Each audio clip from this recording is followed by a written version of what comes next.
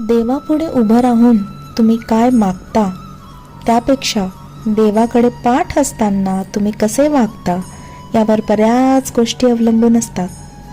माणूस त्याच्या बोलण्यातून नाही तर त्याच्या कर्मातून खरा कळतो.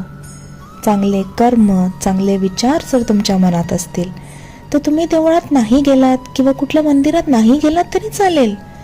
पण जर तुमच्या हृदयातील मंदिरात अंधार असेल तर तुम्ही जगातील कुठल्याही मंदिरात जाऊन कितीही दिवे लावलेत तरी त्याचा काहीही उपयोग होणार नाही. एक गोष्ट लक्षात ठेवा, तुम्ही किती खरे आहात आणि तुम्ही किती खोटे आहात हे फक्त दोघांनाच माहिती असतं.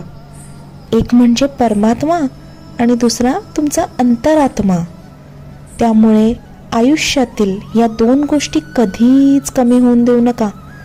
त्या म्हणजे मनाचा बालपण आणि दुसरं म्हणजे अंतरात्म्यातील देवपण.